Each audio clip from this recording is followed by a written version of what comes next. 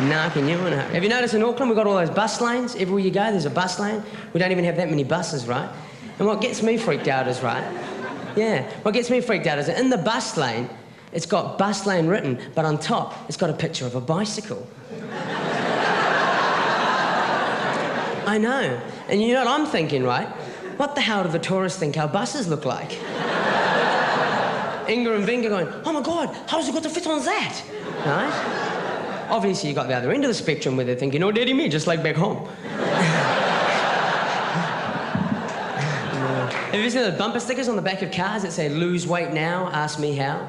Seen those? Yeah. They're massive, and I was actually driving behind this car one day, and it had it on the back of the car, and I came to a stop sign, so I jumped out of my car and ran up to their bumper, peeled the sticker off and stuck it on the back of my car, as one would, right?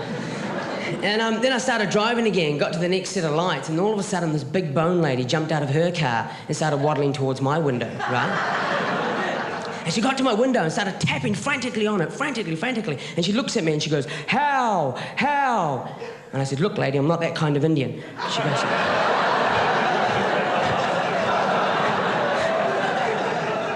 She goes, no, how? And I said, run behind my car. And I drove all the way to Wellington. Yeah, she's one thin bitch after that.